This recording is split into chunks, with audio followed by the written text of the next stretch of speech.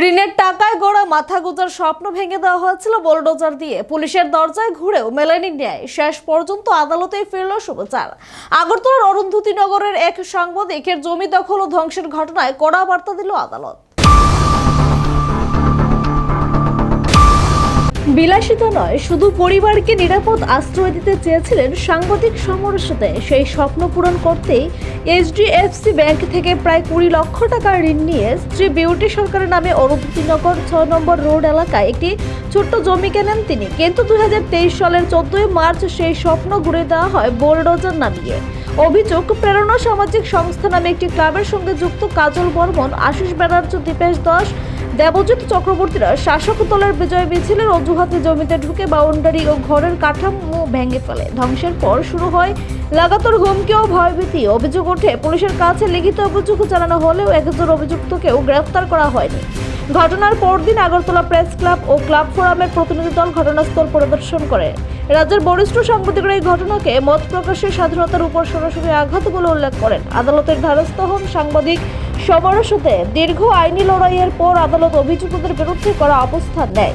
ধার্য করা হয় 5 লক্ষ টাকা জরিমানা এবং নির্দেশ দেওয়া হয় অবিলম্বে জমি দখলমুক্ত করে প্রকৃত মালিকের হাতে ফিরিয়ে দিতে।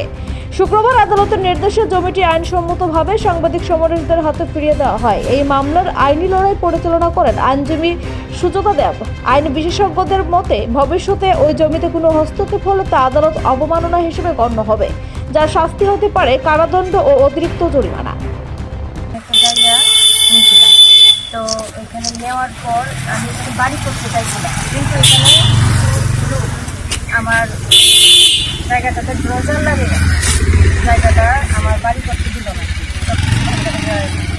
তারপর আজকের দিনে মাননীয় আদালত আমার আজকে আমার জায়গাটা আমরা বুঝ করে দিচ্ছি। কতজনের এগেনস্ট আপনি মামলা করছিলেন? 8 জন। এখন আপনার জায়গা আপনি কোর্টের নির্দেশ অনুযায়ী আপনি ফিরে পাইছেন না? হ্যাঁ, আমি আজকে ডেটে মাননীয় আদালত আমার জায়গাটা দিচ্ছি। এটা কোন জায়গা? এটা এদিনগর 6। আপনার নাম? আমার নাম বিউটি সরকার। এই রায় শুধু একজন সাংবাদিকের ব্যক্তিগত জয় নয়, এটি সাধারণ মানুষের জন্য স্পষ্ট বার্তা। আইনের পথ কঠিন হলেও ন্যায় শেষ পর্যন্ত প্রতিষ্ঠিত হয়। তবে প্রশ্ন থেকেই যাচ্ছে, যদি একজন সাংবাদিককে ন্যায় পেতে এত লড়াই করতে হয়, তাহলে সাধারণ মানুষের নিরাপত্তা কোথায়?